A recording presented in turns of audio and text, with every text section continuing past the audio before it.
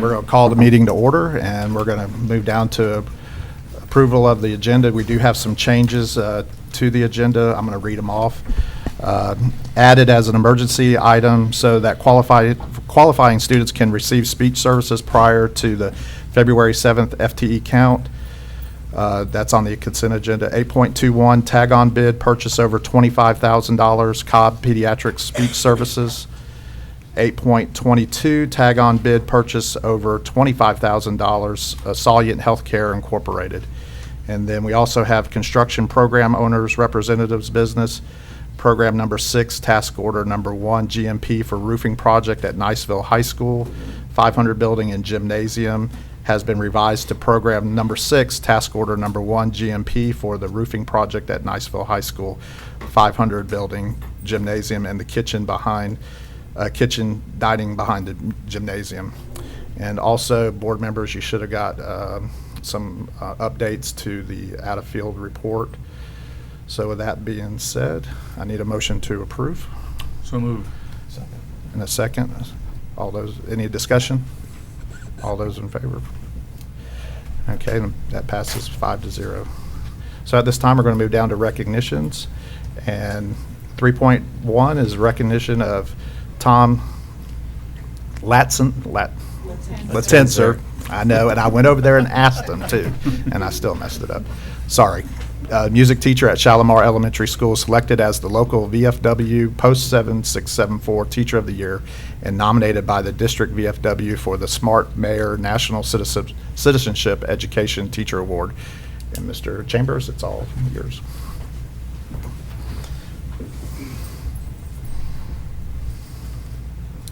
Mr. Bryant, members of the board, it's nice, each board meeting we come and we have the privilege to really recognize, many of our outstanding employees, and today is just another example of that with Mr. Latenzer. And I want to just read a little bit about what the recognition that he's received, and then have Mr. Latenzer come on up. Every year, the VFW recognizes teachers for their outstanding commitment to teaching Americanism and patriotism to their students. Mr. Tom Latenzer, Shalimar's music teacher, was nominated and won the local Post VFW Teacher of the Year. He was then nominated for Teacher of the Year for the District VFW and was selected as the Smart Mayor VFW National Citizenship Education Teacher winner for the district, and will be recognized in Pensacola at the district meeting on Saturday, February 8th. The VFW highly supports the education of America's youth. This award highlights teachers promoting patriotism in the schools. Tom himself was a veteran, serving 12 years with the United States Air Force Band. His Patriotic Veterans Program highlights patriotism and the meaning of our veterans each year and includes performances at the Air Force Armament Museum. Tom was nominated and now moves on to the state level, and I think he's a great example of the excellent employees that we have, and to take patriotism and Americanism and bring it into the music program is something that I know we're all proud of. So, Mr. Latenzer, if you'd come forward.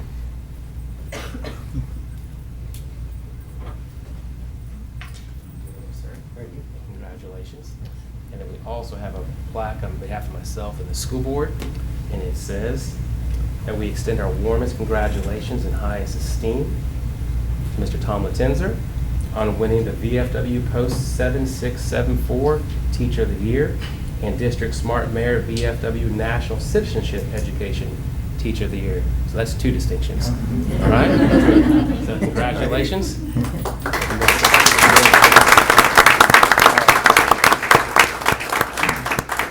Well, I'm honored to represent our area of Florida and be involved in this, and I didn't nominate myself, so these things were kind of given to me, so I'll take them with a good dose of gratitude. I am happy to have this, and I'm happy to represent our school district within this too. Awesome. Thank you.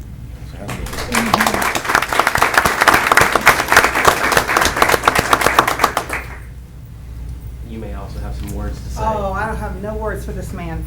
He is amazing. He produces every grade level, produces some kind of a musical program every grade level every year, full on costumes, he's amazing at his job, and our children love music because of Mr. Latino. And he also teaches art. He has a minor in art, so he does music and art. So we are very pleased to have him at Shalimar. So congratulations, Tom. And Dr. White, if you want to come join us? All right, sure. That's pretty cool.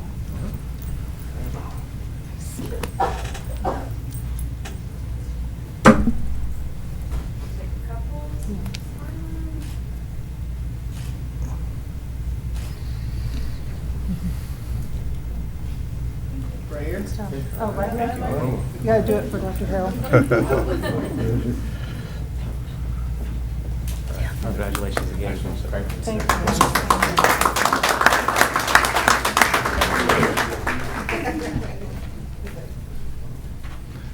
Okay, so Ms. Chambers, just stay right over there, save you some steps.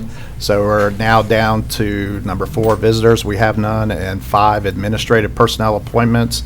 And Mr. Chambers, I'll let you take over. Yes, sir. Once again, Mr. Bryant, members of the board, I'm proud to bring to you Miss Amy Meyer. Amy Meyer grew up in the Air Force and was lucky enough to spend most of her life in the local area and is a proud product of the Okaloosa County Schools. She is a graduate of Niceville High School and the University of West Florida, where she earned a bachelor's degree in psychology and a master's in educational leadership. She began her career in education in 2001 as an ESE teacher at Valparaiso Elementary School, where she taught in a VE classroom of K through second grade students and later in a classroom of pre-K through third grade students with autism. She transferred to Niceville High School in 2006 to teach a self-contained EBD class of 9th through 12th grade students, and in 2008 began her career as an Algebra 1 and intensive math teacher at Niceville, while continuing her role as an ESE case manager. Her intensive math classroom has been used as a model classroom by the district. Amy earned a national board certification in ESE, was the FCA sponsor for 11 years, delivered PD to teachers, and served on many committees such as SAC, MTSS, and Equitable Duty. Amy is happily married to Grant Meyer, and they have 2 grown sons, Hayden and Harley, and a new daughter-in-law, Megan. Her family is her rock and her greatest blessing. Thank you, Mr. Chambers. All right, I need a motion to accept this. I'll be happy to make that motion. That's- Having served with Ms. Meyer on the Taylor Hawken Foundation, I know she'll do a wonderful job. Awesome. Having taught both, I'll make a second. Okay, we have a motion and a second. Any discussion? Okay, all those in favor? Congratulations, Ms. Meyer.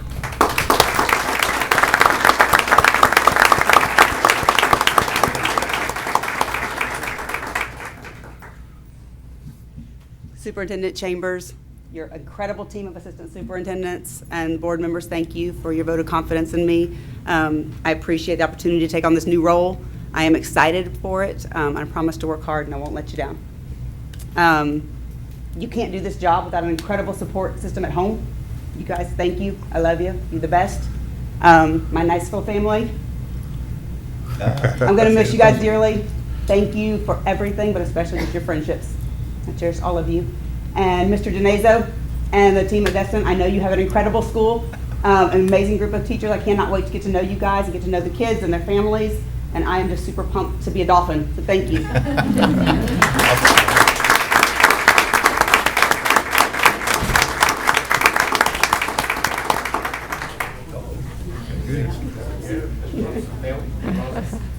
guys too.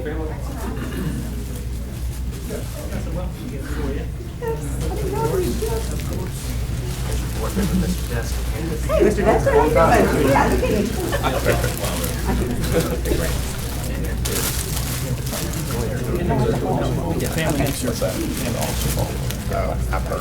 heard that. He just looks like a mom. I have all my men. Take a couple, smile, and then do you want them to look right here? Got it. I always got a smile. Thank you.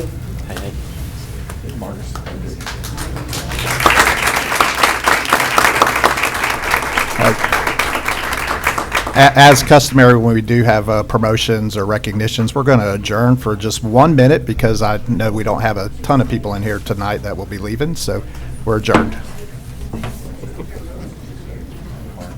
Yes.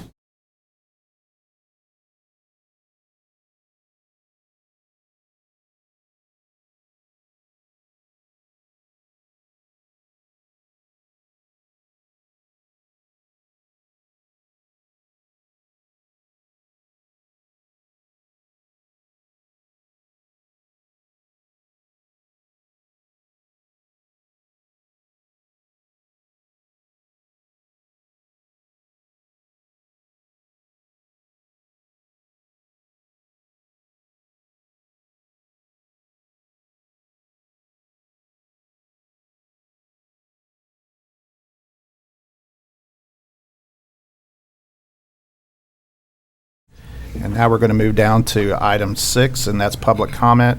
And Mr. McGinnis, I'm going to ask that you please lay out the ground rules for public comment. Yes, sir. You'll have 4 minutes to make your presentations, and the chairman will call you up in the order in which the cards have been turned in.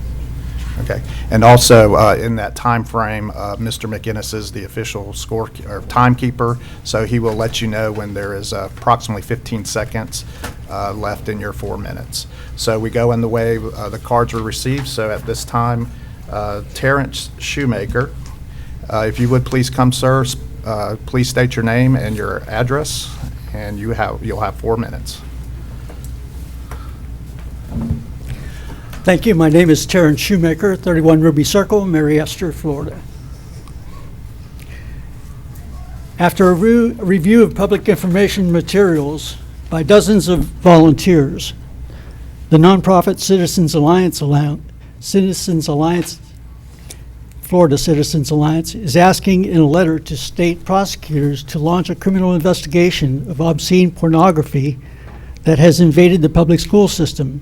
Florida law clearly states that distribution of material containing sexually explicit content is prohibited on public school property, explained Florida Citizens Alliance letter, citing 3 statutes that make each violation a third-degree felony.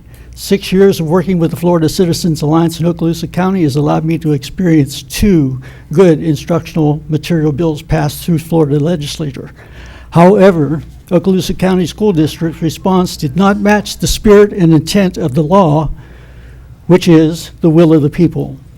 Florida Instructional Material CS 989, effective 1 July of 2017, says the Okaloosa School County Board is responsible for District Instructional Materials Program.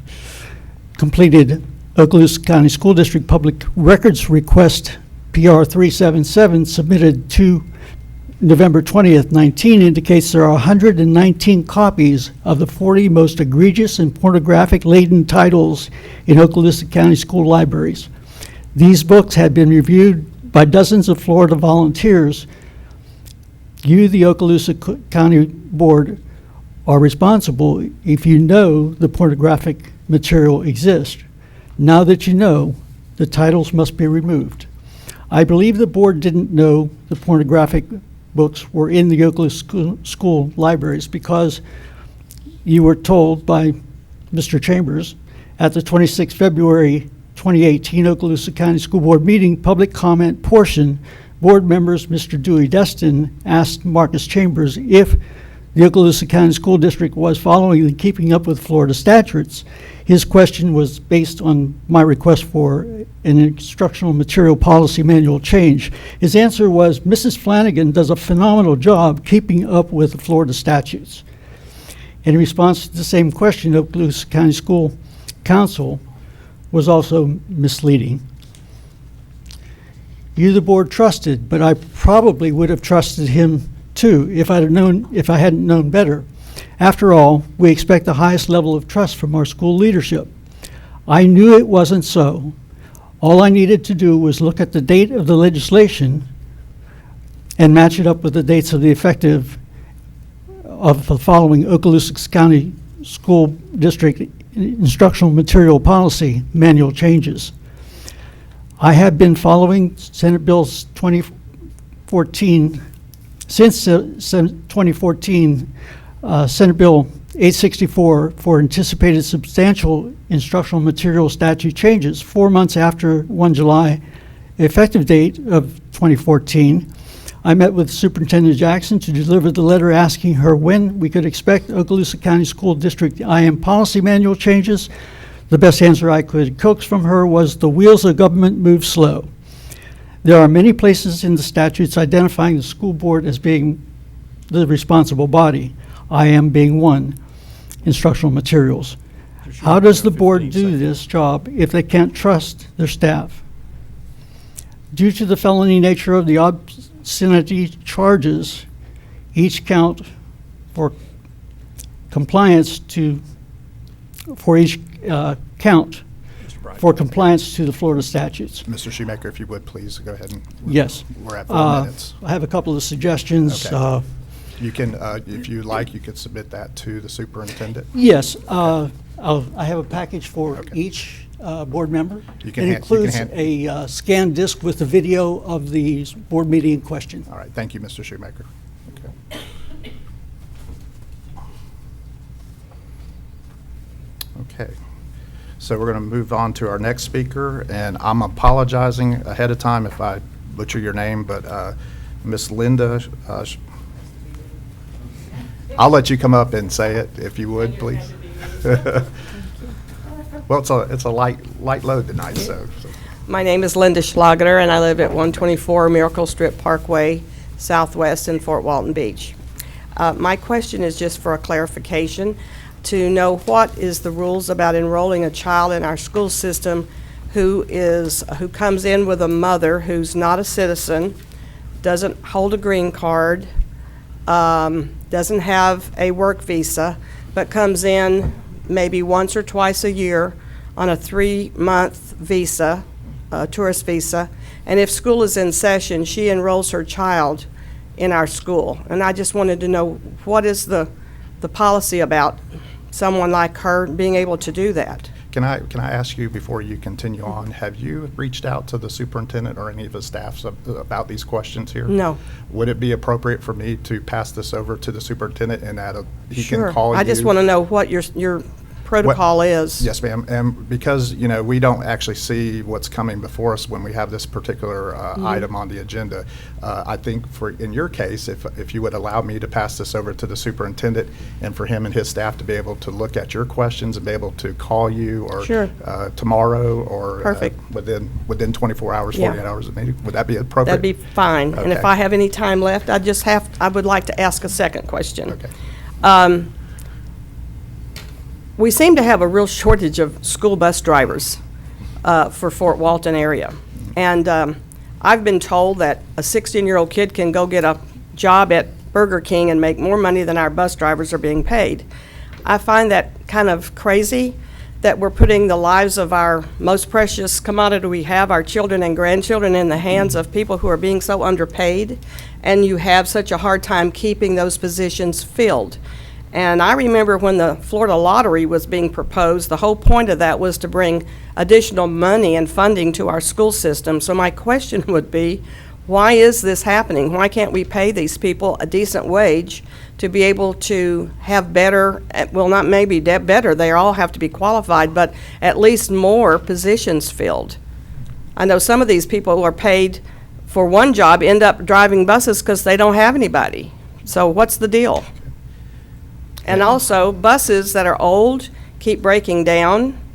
One of my friends had 4 different buses already this year because of maintenance issues, and it's hot as the devil on those buses in the summertime, and they've been sitting parked with windows up, and it's over 100 degrees in those buses. They're not air conditioned, and on days when they are out there getting on buses at 5:30 in the morning, it's freezing at 30 degrees. Why don't we have newer buses that have air conditioning and heating for our kids? And again, your questions are valid, and we appreciate your input. And again, I think Mr. Chambers can have staff members definitely address those questions for you and hopefully be able to give you some answers. Who is Mr. Chambers? This Mr. gentleman right here? Chambers is our You and I are super- going to be on a first-name basis. See, I can already tell we're going to get along well. Thank you, Marcus, thank you. Yes, ma'am. And thank you for you coming up today and speaking, and Mr. Shoemaker, thank you for your time also. So we're going to move down to item 7, and that's was only for the workshop only, committee and staff reports. And now we're going to swing down to item 8, consent agenda, and 8.1, approval of the consent agenda. Chairman, if I may, I want to make a comment on the contributions or donations section. Okay. That I missed at the workshop. Yes, sir. I saw that a church had donated almost $17,000 to retire lunchroom arrears. Yes. And that was the Baptist Church in Destin, and I just wanted to say how pleased I am that they took that action. And on the last two items, if you may pull those out so we can have a little bit of discussion. Sure. Ms. Scanlon, it went through the accounting ways that we address this emergency, so Okay. I'd like for her to be able to explain it to the rest of. Okay, the so board. with that being said, we will pull item 8.21 and 8.22 to put And on I will move discussion. that we approve the other items on the consent agenda. Okay. Second. Okay, we got a motion and a second. Any other discussion? Okay, all those in favor? Okay, that passes 5-0. So now we're going to move down to item 9, superintendent's human resource recommendations, and the first two are informational, so we'll move down to 9.3. And you did receive an update today via email on this, so cleared certification requirements and issuance of contracts for the 2019-2020 school year. We need a motion to approve. So moved. Got a motion? I'll second. Second. Any discussion? I'll just say it looked like most of those were new hires and that the others were working on it, so I think we're in good shape, All right. as best as we can be at this point in the year. Yes, ma'am. All right. Any other discussion? Okay, let's vote. And it passes 4-0. And I apologize. Actually, it was 9.4 that was on the email. I just saw Karen's name on there, and I just went ahead of the game there. So item 9.4 is out-of-field report for the 2019-2020 school year. And we need a motion to approve. Also move. Okay, and a second? I'll second it. Okay, motion and a second. Any discussion? Remind me how long we allow someone to go out of field in the instructional time? Do they just get the 1 year? Speak if you come forward, please. I see Dr. Hale shaking his head in the affirmative. Hello. Hello. Yes, ma'am, you can be out of field for 1 year, but there are some asterisks to that. Number one, if you're taking 6 hours towards whatever certification you need to hold, then that can continue past that 1 year. Okay, but in general, you get 1 year out of field and then you kind of look at it at the end of that. So, You get 1 year out of field. okay. And then you Period. get- Yeah, I got you. Yeah. Thank you, Ms. Peak. I Okay. appreciate that. All right, thank you. All right, so we have a motion, a second. Any other discussion? Okay, let's vote. All in favor? And that passes 5-0. 9.5, employment separations. I need a motion to approve. Move we approve. Second. Second, Dr. White. Any discussion? All right, all those in favor? And that carries 5-0. 9.6, personnel recommendations. Need a motion to approve. I'll move we approve. And I'll second. second, Dr. Kelly. Any discussion? All right, let's vote. And the motion carries 5-0. Employee transfers. Need a motion to approve. Move we approve. Mr. Destin, approve. Second. Second, Dr. White. Any discussion? All right, all those in favor? And that passes 5-0. 9.8, reinstatement, reimbursement of sick leave due to line of duty illness, injury, medical examination. Need a motion to approve. I'll move that 9.8 be approved. Okay. Second. Second, Dr. White. Any discussion? Okay, seeing none, let's vote. Motion carries 5-0. 9.9, leave without pay. I'll move 9.9 be approved. Second. Second, Dr. White. Any discussion? All right, all those in favor? And that motion carries 5-0. So now we'll move to a discussion agenda, and we did move 8.21 and 8.22 for discussion. And If Ms. Scannell would come up and explain the accounting behind this, it is a little twisty, but it comes out good at the end. yes. Yes, at the beginning of the year, the school board approved a budget that had 34.85 speech teachers. And so as the year started, we were having difficulty filling all of those positions. And so what has happened is we were able to fill 18.85, and so 16, the dollar equivalent of 16 positions was converted to contract services. And so we started out with a budget of 2.5. We still have a budget of 2.5 million, and we will not spend a dime more. But what's happening is we will reduce some of the purchase orders that we currently have for those speech contracted services, because those companies have not been able to provide the number that we need. And with the new companies, then we will redirect those funds to those companies, and so hopefully among all the companies that we have now, we will be able to provide those services. It's just in the last few years, it's been a struggle to hire speech therapists because of what they can earn in the private sector. And you had just a ballpark figure that would perhaps be going toward these emergency contracts? Yeah, well, we started out with 2.5, which was the 34.85 units, and then we have 1.4 million in teachers that we hired, so that leaves us 1.2 million that we have left available for contracted services. And so, in fact, since the beginning of the year, there was 14 and 2 more have vacated, so that's 142,000 plus whatever we need from the other purchase orders. We'll be able to redirect those funds, but it will not go beyond the 2.5 million unless we come back to you. So there's no deficit going on here at this point? Absolutely not. Now, the only other question I had, and I understand what a bear this is that they're trying to get their arms around, but, I would suggest to the superintendent that we go back and review and find out how it ended up being an emergency. Most of these people that are on the therapy, that need the speech therapy, are IEPs. As 3 of you know, Mr. Bryant and I are just kind of outsiders, but I think I understand the concept, and those things get very complicated and convoluted, and you have to document when the services are actually done. So somewhere down the line, there should have been red flags going up saying, okay, these services are not being provided and we've got to fix it. So Mr. Superintendent, if you would just check and find out what we can do that we don't get in that situation again. But I know that you're having a terrible time finding them and getting the services provided, and it's just, where we are. And speech therapists are very hard to acquire, especially at somewhat like the school bus drivers when we can't afford to pay them what we should. No, absolutely. And I think, as we all know, the speech language pathologists, hiring them has been a difficult task, not only for us in Okaloosa County, but really across the state of Florida.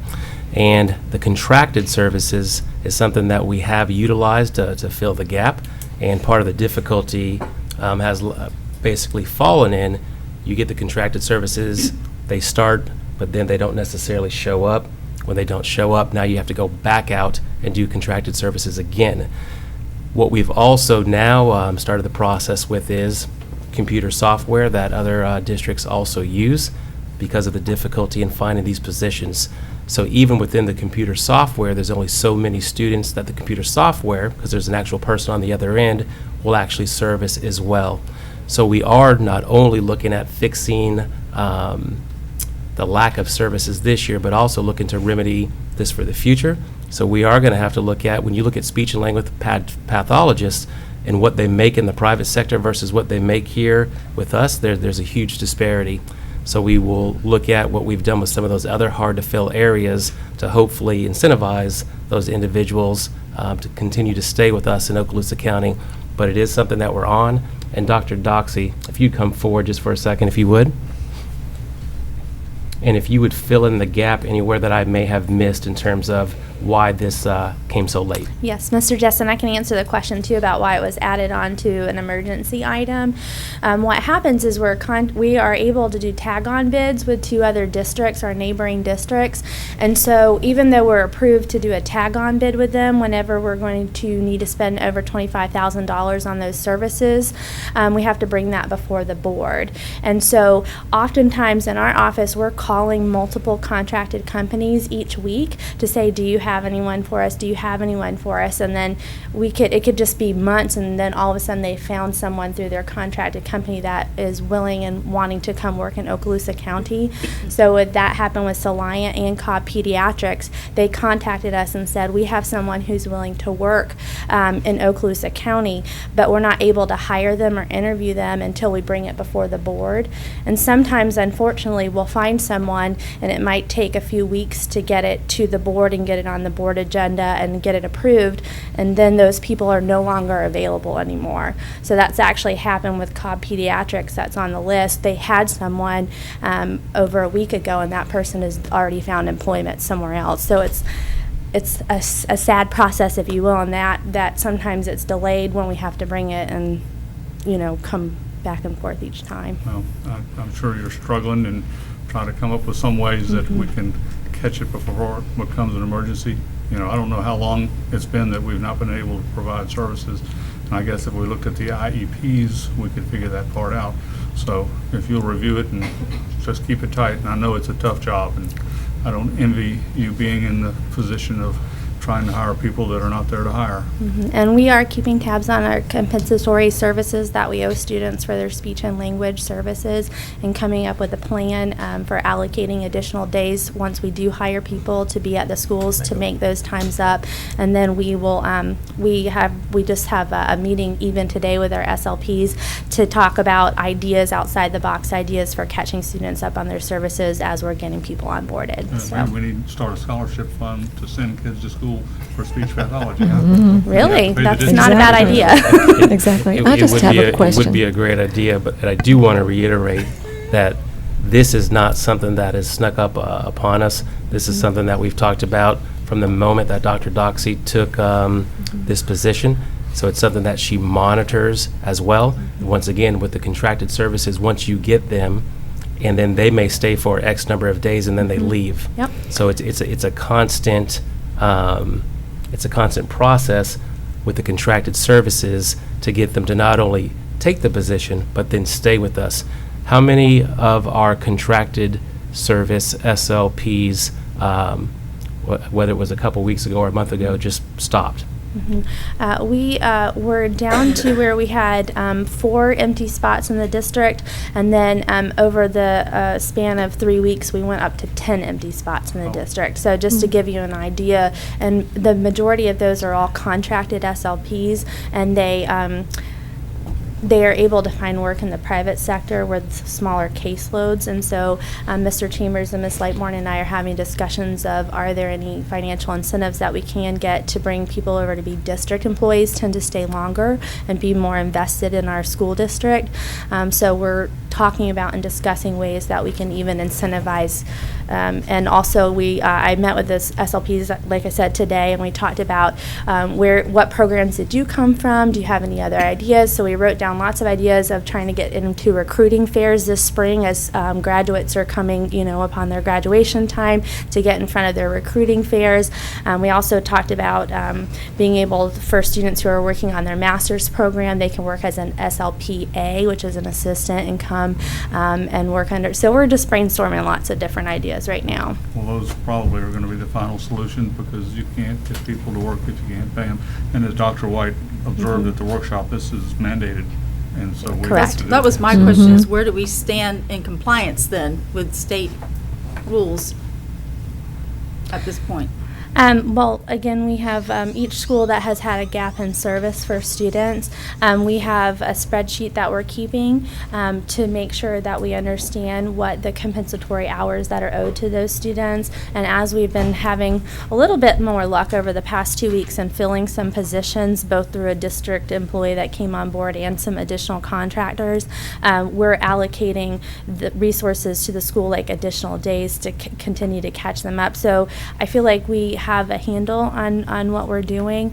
We're in constant communication even with the Department of Education about how other districts across the state are handling the what we consider almost like a staffing crisis in this field. We're definitely not alone, like Mr. Chambers said, but they, have appreciated our efforts at keeping up with this and making sure that we are going to be able to provide those services for anybody who's had a gap in or delay in their mandated services. So we'll be meeting those IEPs then? That's what you're correct. saying, We to have make- a goal and a plan to make sure we are completely And so caught what up. I think I hear you saying Uh-huh. is that if you come to work for us, Mhm.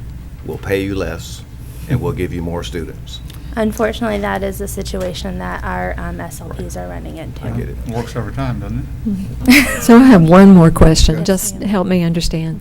So I like the concept, of course, using any technology.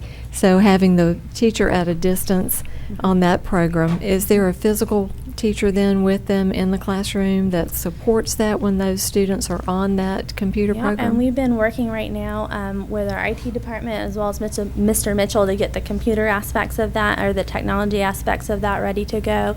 But the idea that we're trying to work under is finding schools that have an existing SLP already at the school, but they still require more services. So there's an existing SLP who would be running her small group with students, but also being able to unfortunately kind of look back and make sure that those students are engaged. They have headphones that they're listening to, and it's almost like having a Skype conference call with your SLP.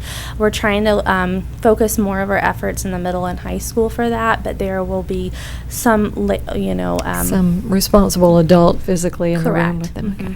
Yes, ma'am. Okay.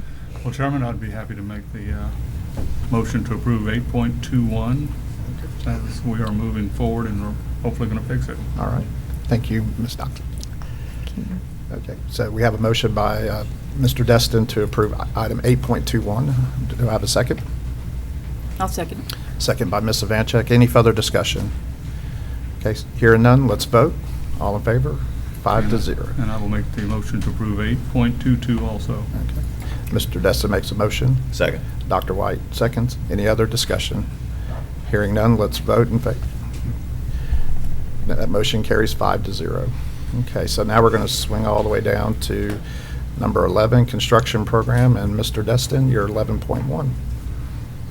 Yes, sir. And as you can see, we have a number of authorizations for professional services agreement from Faithful and Gould. And we'll go through them one by one, but we are going to accomplish quite a lot. And as we discussed at the workshop, I'm very pleased to see we're going to actually be able to do more than one roof at Niceville. So, Thank you, Mr. Destin. So we're going to move on down to 11.2, and all these are action items all the way down through 11.5. So 11.2, authorization of professional services agreement from Faithful and Gould for price validation for program number 6, task order number 6, Pryor Middle School kitchen renovation.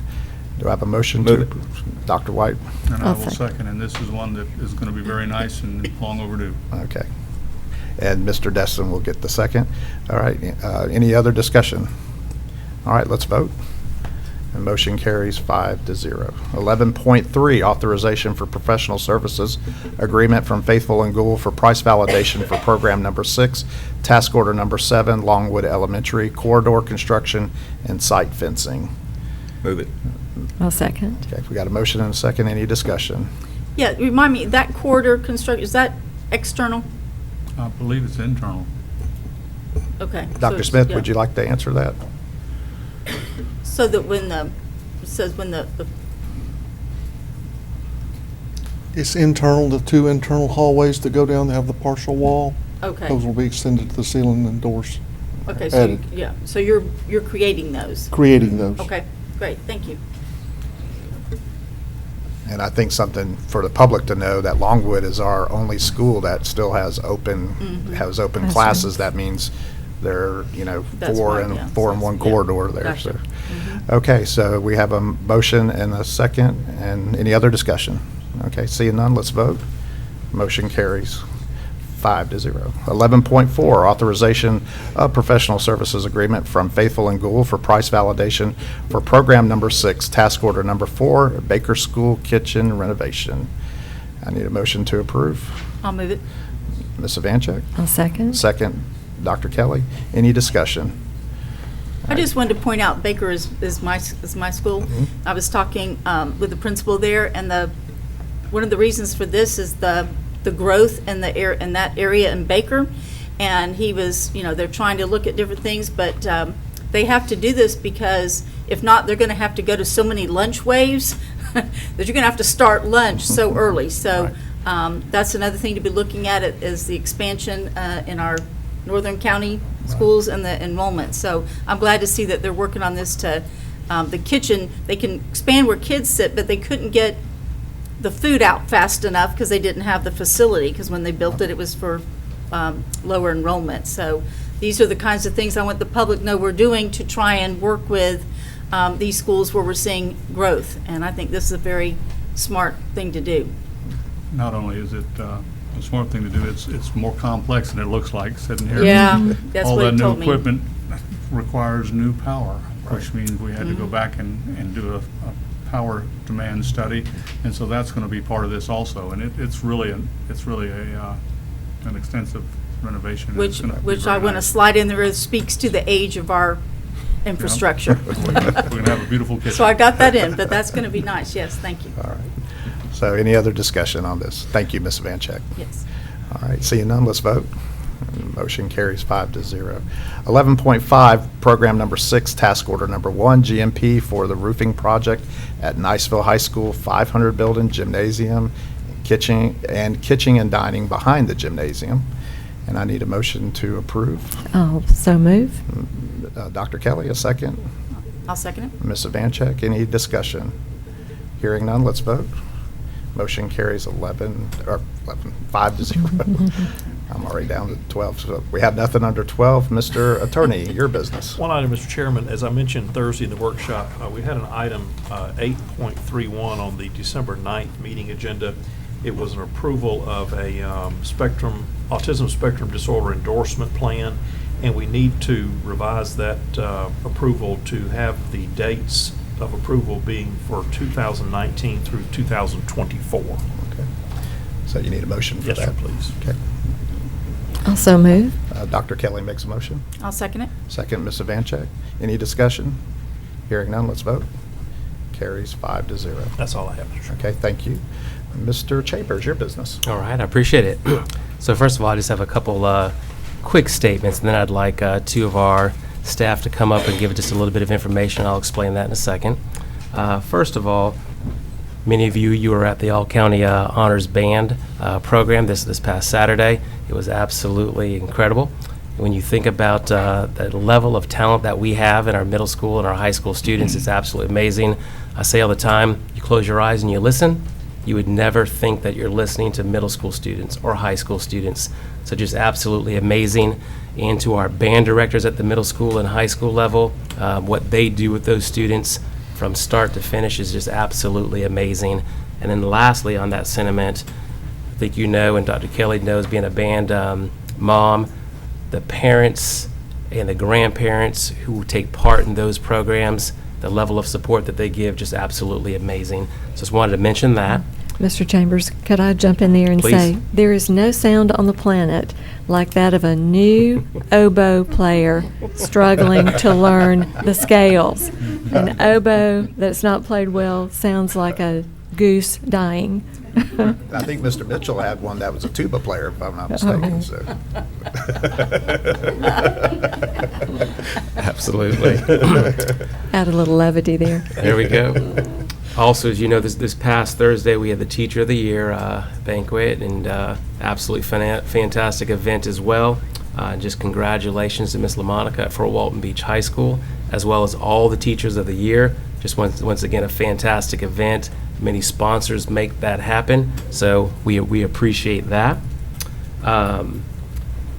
And I'm just going to mention this, and I think Mr. Bryant may talk a little bit more about it in a little bit, but we were fortunate to touch on, to be a part of Community Day today at Wright Elementary, and it was just, once again, an excellent event, and you may touch on that a little bit more. I'll let you touch on it. You're good. All right, well, with that being You got said, there before I did. So. it's, so Wright Elementary, one of the pieces that makes them a fantastic school is the fact that there's a lot of volunteerism, there's a lot of community support, and it was amazing to see all of those supporters there today within the community there to highlight Wright Elementary. They had a Star Wars theme today, and the students, they had a little skit that they performed. They had drums that Mr. Bryant helped them receive, but it was just it was an excellent event seeing students in the community interact together, so I thought it was fantastic. Yeah, I thought the little Chewbacca's were pretty cool looking. So. Absolutely. And we promised the volunteer application process that we'd have an appeals process. So Ms. Gates, if you'd come forward and share this with us.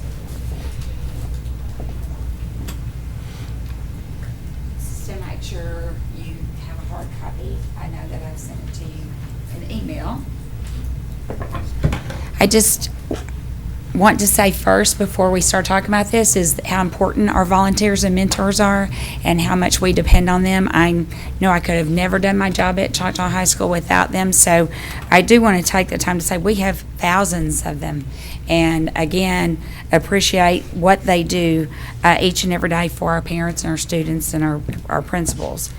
So about a month ago, I guess it was maybe in December, we talked about the volunteer procedures or procedures for an application to be a volunteer.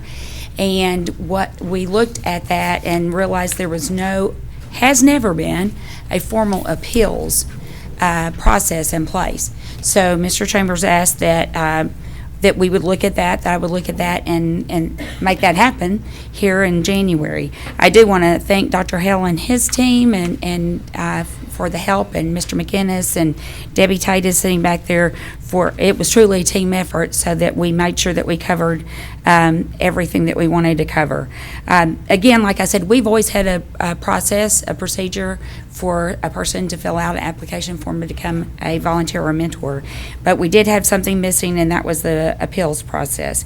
So what we've put in place, we had procedures. It was the first, it looks like this, but it was the first attachment. And where they're highlighted is where we added the new procedures. So we just added steps to the already in place procedures to be able for a volunteer or mentor who has been denied to be able to file an appeals and even actually meet in front of a review team to not only bring extra documentation, but maybe explain any kind of extenuating circumstances. We want parents to be involved in our school and with our students, and so we want them to have the opportunity to do this. So that's the first page, and it was completely adding two procedures that we already had in place, but putting an appeals process and a review team in place. That review team will be district level administrators, mainly from HR, but because what we're looking for is, like myself, Mr. Chambers, you go through a certification to be able to actually read fingerprints, which is still difficult after that. But anybody on that team will have had that training also. Then what you see for the next attachments are actually that process in place. So a letter that somebody would receive to say that they were denied, and then a way for them to contact our office and to get the information on the appeals process, which that application is actually the next one that we have. In that application, they can choose to just send the information in, or they can choose to come in and meet with that review team and explain their information. That team will make a decision, and then the last piece was a letter that is the outcome of the background screening appeal. And that's the last letter that the person would get. And that is either to overturn or upheld what we had decided before. So our school board attorney, again, the HR office, and just working with even Mr. Mitchell and the Raptor system to make sure we're doing everything that we can to get as many volunteers and mentors as possible, but give everybody an opportunity that wants one. And Ms. Gates, under what circumstance would a volunteer be denied? So if they, when in the application process on Raptor, if they check a yes to any of the charges, criminal charges, if they check a yes to those, then that stops them immediately from being approved. And that's when they would need to apply for an appeal, fill out that application. So it would be those people. If they mark yes and they don't tell us, they still have the level 1 background screening as all volunteers do. But we're relying on them to mark the right things so that we can work with them and still let them participate in the school. And one of those examples would be if there's a felony, then they would be denied, and then they would have the opportunity now to go through an appeals process. Yes, sir. There's a disqualification list that the state is in state statute that says these people with these felonies or certain crimes, that they would not be able to apply for a job at our school district. They would not be able to work with students. So Ms. Maxey and I have always kind of used that as our baseline, and worked with people a lot to clear this all up. But now we have a formal process in place that I think is very fair and will work for us. If I may, the level 1 screening, things pop up on that occasionally too, right? They do. They do. So this would also apply to, in other words, the appeal process would be available in that instance also? Yes, sir. In any way that something would pop up. And we traditionally, I have a conversation with those people by phone. Sometimes there's something there that they can actually correct that was wrong. And then other times it is, not been that way, and then they've been denied. So. Well, I want to congratulate Mr. Chambers and you and the staff for going forward with this. This gives us a level of due process that I think those parents deserve. I do also, and I appreciate the opportunity to do that and for you guys' support. I have a question. Okay. Okay. So when the person fills out the application, Correct. and there's that question, and the question basically says, have you ever been charged with a felony? Basically, is that it? Yes. Okay. All right. So does it say on there that if you check this, then chances are we're not, is that put out there? Because you said there's a list There of is, things. yes. So And- that but it doesn't say that on But it. it doesn't show a list, and I don't think is that we really want to go there and make sure that we're being too tight, because people might not even apply if they believe that. So say our partners in Santa Rosa County actually put out a list and say, don't apply if you meet one of these. And they're parents, most of them, and so I don't think we would want to do that. I would hate to not give them the opportunity to explain what might be an extenuating circumstance.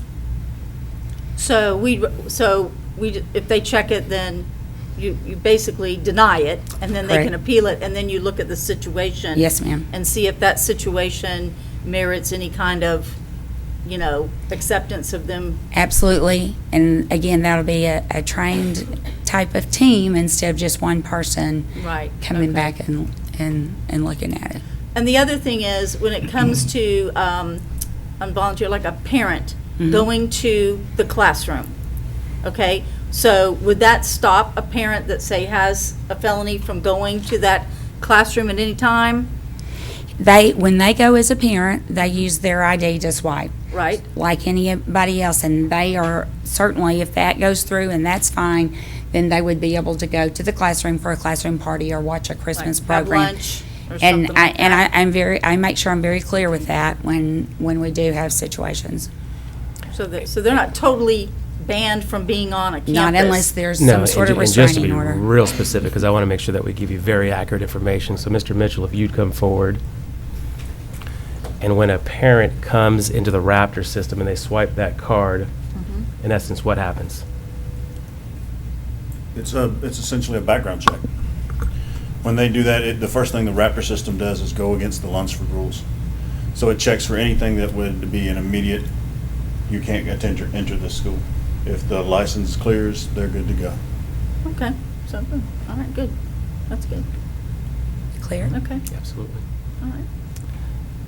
And you all may have some more things to say, but the last thing I think the last thing that I would say is, once again, going through this appeal process, first and foremost, we want to make sure that the students are safe.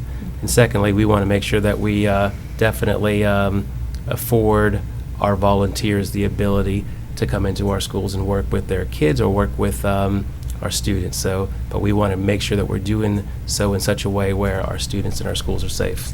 And I like that with the appeals, you really are looking at a case-by-case basis, so that does give some opportunity for a person to be able to speak out their situation in case there are extenuating circumstances or things that could be deemed okay. I believe we're doing the right thing and the fair thing. I think so. Mr. Chairman. Yes, sir. I'd Yes, sir. just like to extend appreciation to all of your work in putting this together, along with HR and so forth. And I appreciate the fact that you mentioned that our attorney had been involved in helping to put some of this together. And I believe I understand that these are administrative procedures, and these are not policy. Right. These are just procedures that the superintendent and his staff can implement. Very good. Thank you. Thank you. Thank you very much. Thank you. Thank you, Ms. Gates. And then lastly, you may know the governor, in essence, he put out the new ELA and math standards this weekend, which is, I'll say, an exciting time. And We've been through it before. We've been through it before, and we've put some information out on the webpage. We've sent out information to our teachers, but I also wanted Ms. Lightbourne to come forward and briefly give our board a summary of what has occurred and what will happen. And Mr. Chambers, I know you emailed everybody that news today, so I'm really excited that you have Ms. Lightbourne going to talk about that to the public tonight. I appreciate that. Good evening. I just wanted to hit some of the highlights that's in the document. It is the governor's executive order, and I gave each of you a hard copy as well as it being on our district webpage. And Mr. Chambers did also send it to all OCSD today. So the document is very clear, has some really wonderful examples and timelines in it. I'm not going to go into the detail that the document has. It's a great read, honestly, for us curriculum people. But I do want to hit some of the highlights. Under the ELA section, they're prioritizing the basics of reading, writing, and promoting civics literacy within ELA. They are looking at a clear progression from one grade to the next. So in the past, it was a little fuzzy. What do we do in first grade versus second versus third? They added some foundational literacy for our secondary students that are still struggling with reading. So some new standards that will follow in our 6 through 12 struggling reading classes. They've incorporated a book list K through 12 for the reading standards with a focus on classic literature. They've embedded civic standards throughout K through 12 ELA with a civics book list also that includes significant foundational American historical documents. So that will be in the ELA content.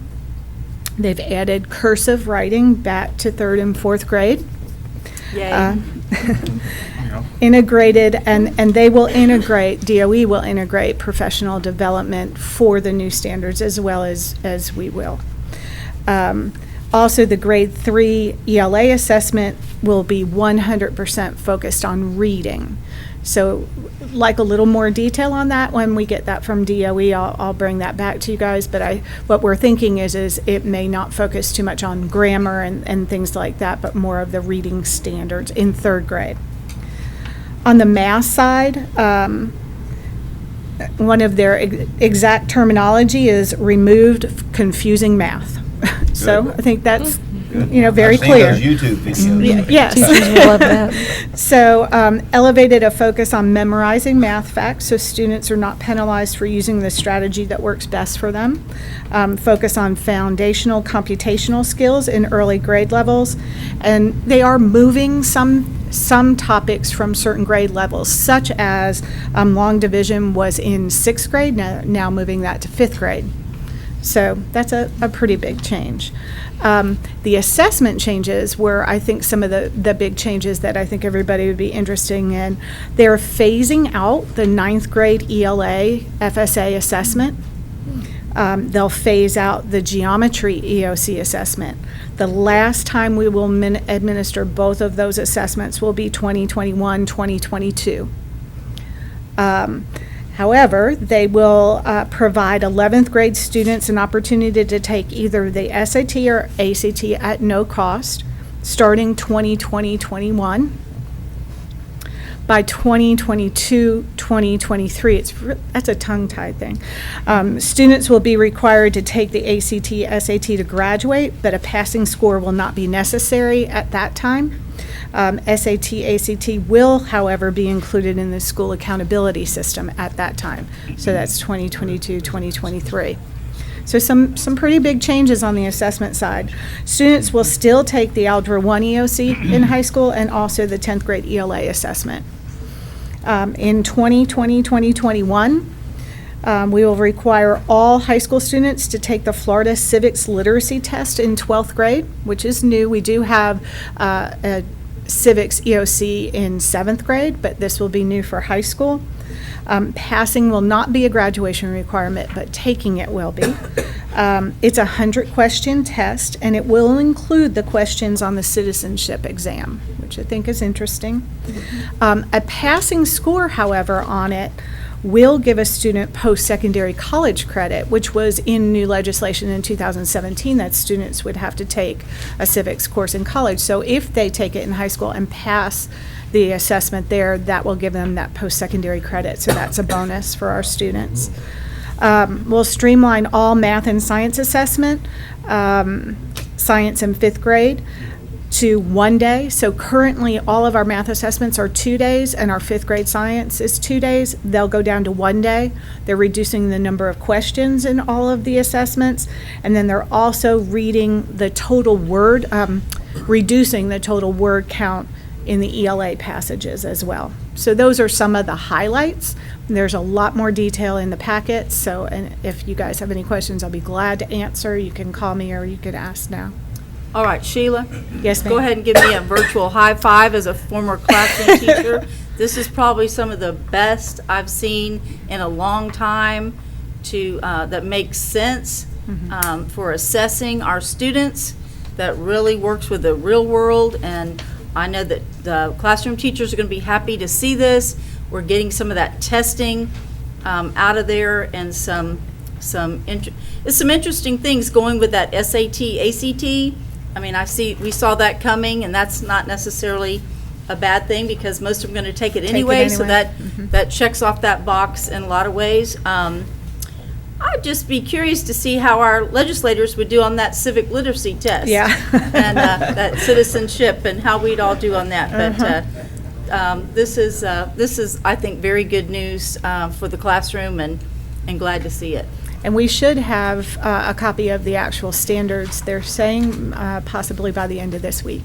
So we don't have that yet. This is kind of the preliminary. So where are we on the spectrum? Has this been approved? Is this for sure? So I or believe is it this goes to the proposed? state board. Okay. I think next month. There's a timeline in there that says each month what will have to happen. And the governor appoints the state board. Yes, Yeah. sir. We'll usually ignore him. There you go. That's right. And Ms. Lightfoot, There's no teachers on that one either. just quickly, just as a matter of public interest, where does this fit with Common Core or Florida Core? So these standards are now called the BEST standards, which is an acronym for Benchmarks for Excellent Student Thinking. So I think there was a concerted effort to move away from Common Core by the state of Florida and our governor. Exactly. Very good, thank you. You're welcome. Common Core's dead. Mr. Chambers, any other business? that is it. Just wanted to make sure we updated you on those matters, and that's all we have. All right, we'll move down to board member comments, and I'll start with Ms. Vancheck. Okay. I want to go back to Mr. Shoemaker, and I know you're going to get with him, but I have some real concerns about what he was saying about books, and I would like for you to, your team to get back with the board about the status of the instructional materials as far as what, I hate to use the word allegations, but what he proposed were some concerns on that. I find that troubling, and I would like to know that, make sure our board is confident that we are following the letter of the law and that all the materials are appropriate. So can we get that in another meeting or so? Could we have that report come back from your staff, please? No, absolutely, and I will also look at this this CD as well. And if there was something that I said that was inaccurate, I'll be the first to say so. I know a lot of our instructional materials conversations back then revolved around textbooks, Right. but I'll be very interested to look at that as well. But we will definitely get back with you. Okay, thank you. Okay, so speaking of that, this is Literacy Week, and many of us, I believe, are going to be out in schools reading to students, but I want to encourage parents and other adults out there to read as much as you can to children. It's so important that we do that. Also, we've been celebrating 100 Days of School, which is, we're 100 days in, we're 100 days smarter, we're moving along, and for probably some of us, that's a little bit scary because that means there's not a lot of time to get a lot of things in, but I know the students have had fun with that.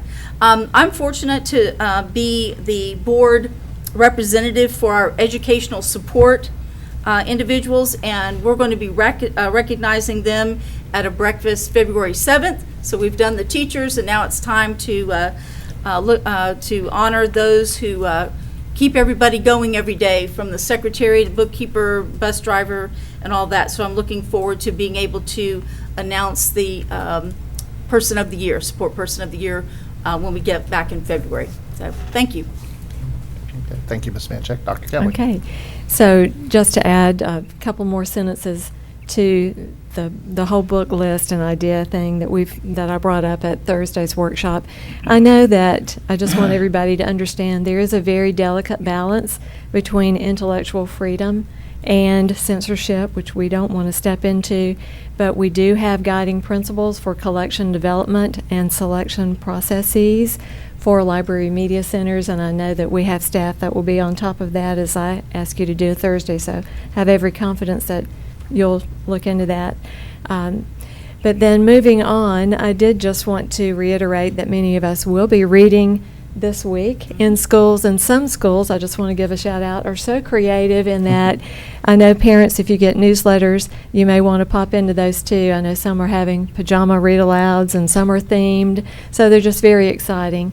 And just to say that we have celebrated this last week our Teacher of the Year, and I think it went very, very well. Such an exciting group of people, and all the teachers who were there, not just those who got accolades that night, deserve our warm applause every day because they really are the backbone of this district. We can't thank them and our support people enough. But another exciting thing happening, not in my zone that I represent now, but in my life, a very exciting place for me was Laurel Hill School. Many of you know I attended school there.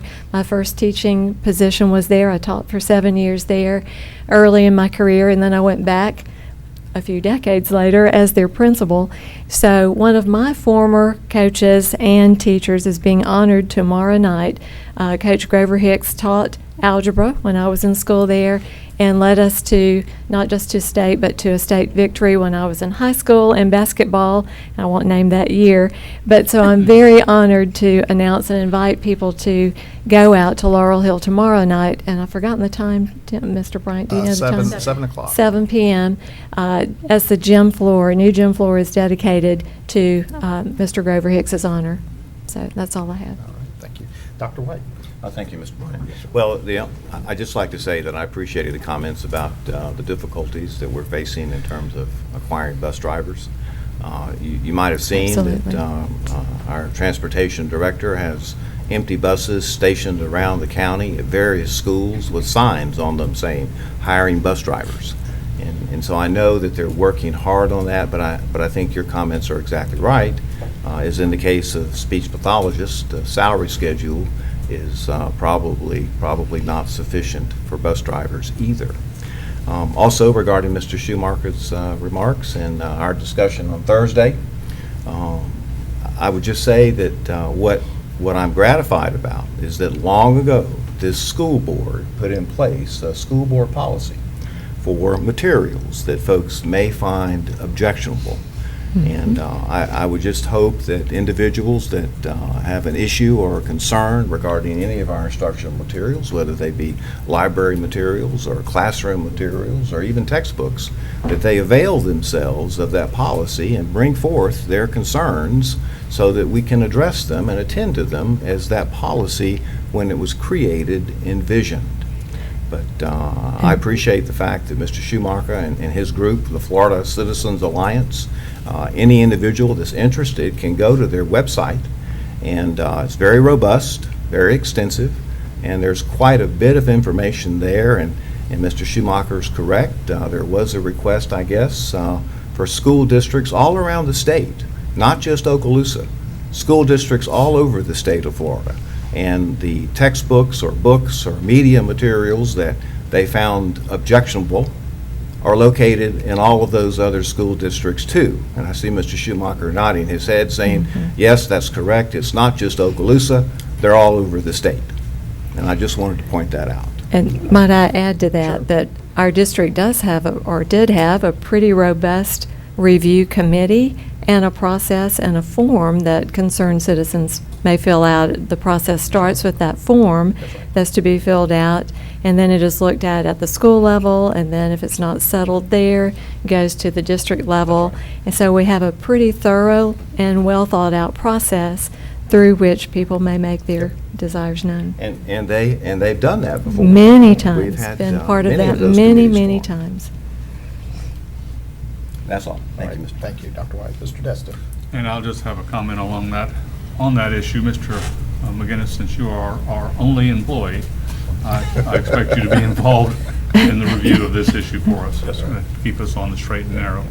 And I was going to just make one little anecdote about my reading experiences. When I first got on the board, I was invited to read it at a school, and you know, not paying real close attention about where I was going. They said, bring a book you like. So I brought Thomas Jefferson, The Exercise of Power. Oh, goodness. And when I got there, I found I was reading to a second grade class.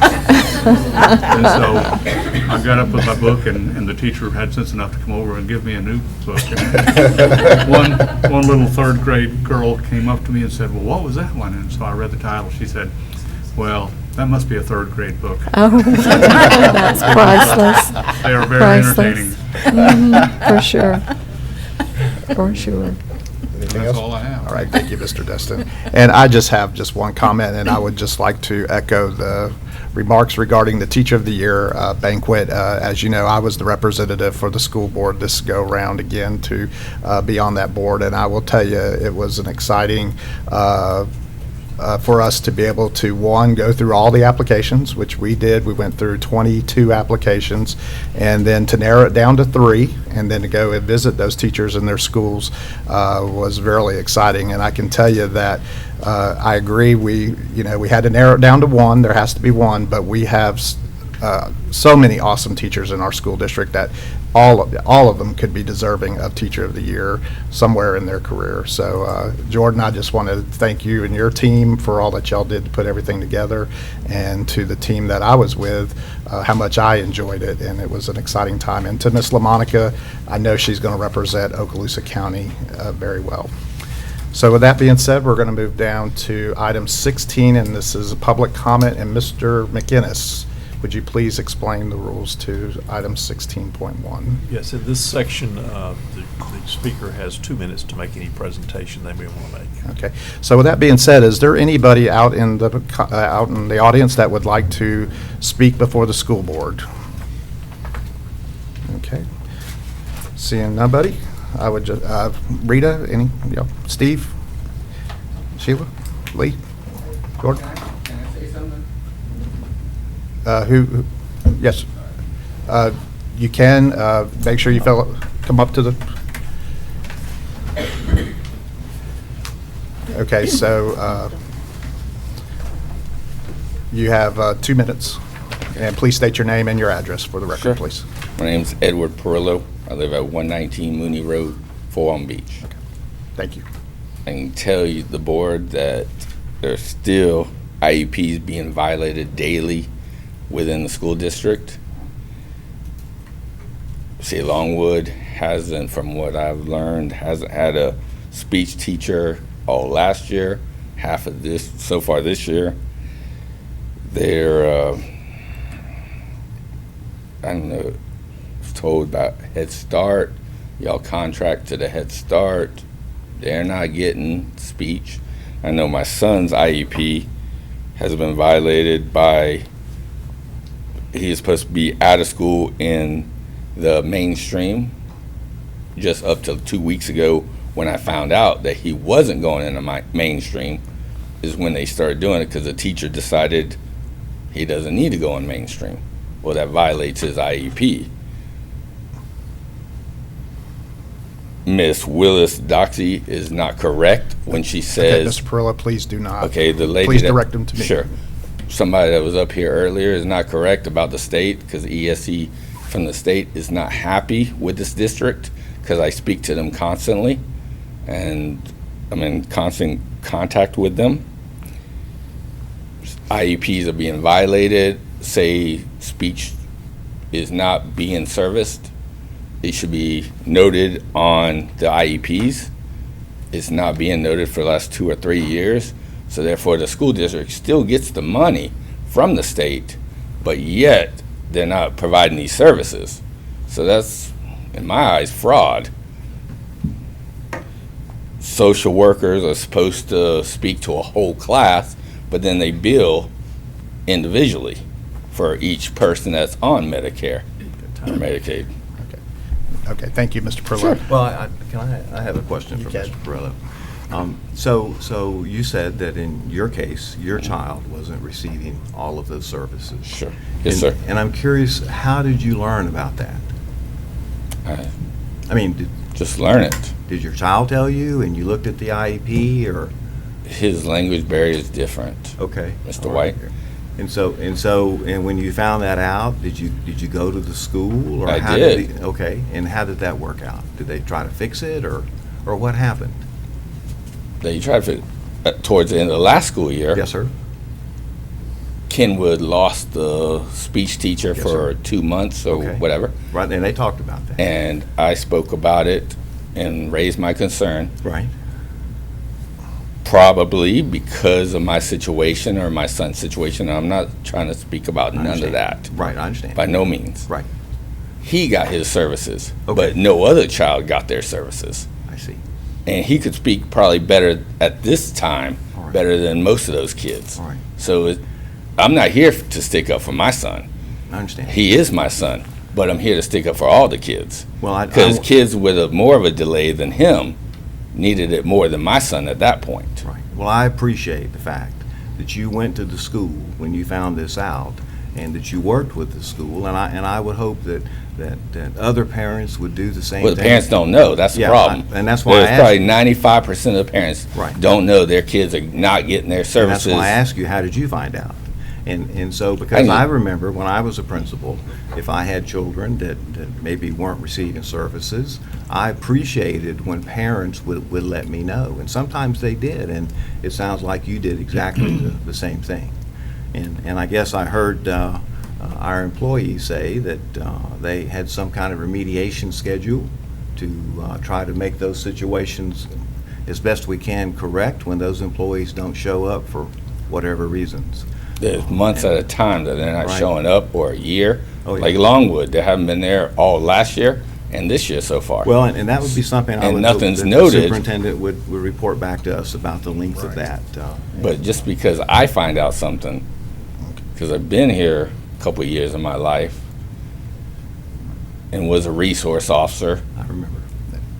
and I know, doesn't mean the normal person, That's right. and I'm normal, but doesn't know everybody finds out everything, which it shouldn't be hid from people, that their kids are not getting the services that their IEP says. But yet, the school district bills the state and takes the money. So these kids are missing out, and I'm not here for just my son. But your son is getting the services he needs? 2 weeks ago, he started going to mainstream, but before that, his teacher at this time decided, no, he doesn't. So this entire school year to this point, up to 2 weeks ago, he's not gotten the services? Absolutely. And, I'm not saying all the speech. I'm saying being in mainstream. okay. 'Cause he goes out but to mainstream. something that's on his IEP? Yes, she decided out of the blue on her own that he doesn't need to And go you out brought there. this to their attention? The assistant principal, Miss Boyd. Okay. I'm sorry, I'm not No, supposed to no, mention no. names. Okay. And then it was corrected. Okay. But if I didn't ask, or if I didn't know, it may have went the rest of the So, school but year. probably that assistant principal wasn't aware. No, I'm not, yes, I'm not So saying. she couldn't fix the problem until she knew about it. But the teacher knew that there was IEP that says he needs to go in mainstream for 30 minutes, which he did last year. This teacher decided no. Decided to come up with her own or not follow the IEP because she didn't, or he didn't need to, which is not correct in my eyes, because she didn't speak to anyone about it. It wasn't until I found out, like, say 2 weeks ago. It might have been right before the holidays started, but that's when I went to the assistant principal and said, how can a teacher rearrange his IEP and just do what she wants? Right. All right. Well, with that being said, and I know school board members have engaged in Mr. Perillo, I would just ask that since Mr. Perillo has brought up something that is not, that was directed at his child, I would ask that the superintendent please make contact regarding this particular situation. But as far as the other children, you know, again, that's, like Dr. White said, I believe that would have to be up to the parents to at least give the superintendent and his staff a chance to look at the situation and, you know, make sure we're. But that's if those parents know. I can guarantee you 95% of the parents don't know that their kids' IEPs are being violated because it's hush-hush. Was that? Well, but well, that hold on. Okay, so again, you're making an accusation about hush-hush. I just want you to understand that, you know, you have brought something to our attention. Absolutely. And we are, you know, I'm asking the superintendent, out of respect to him and Sure. his staff, to at least look into that, Sure. okay? And I respect Mr. Chambers. Right, I've known him for believe a that. while. But words like And I'm hush-hush. not even saying he and- knew about all this. I'm saying this is my issue. Yes, sir. So where we're going, Mr. Bryan, is we're asking the superintendent to look into it and give us a report back. Is that correct? Yes, sir. I would. And the point brought up by Mr. Trillo is, if it's not being documented in the IEP that you're not getting services, how would anybody know? That one's a little scary. We need to look at that. And if the IEP is going to the state, the school district is still getting funded, but yet the kids that need the services are not getting serviced. So sure. that would be fraud. Mr. Chambers will look into it, because I know he doesn't want anything like that going on. And I'm not saying he does. I'm just. And I understand. And when you said their IEPs are being violated, it wasn't, did you mean just in terms of mainstreaming, or did you mean other things No, too? speech. Okay. Occupational Speech, therapy. occupational therapy. Anything like that. Okay. Like I said, last school year, the speech teacher her husband got TDY or something like that and got moved 2 months before school got out. My son got services. Someone came from another school to service my son, probably to appease, because I don't know. I'm not saying anything, but there's other kids that needed speech a lot more than my son at that time that didn't get the services. And I know it wasn't noted on IEPs that was sent to the state.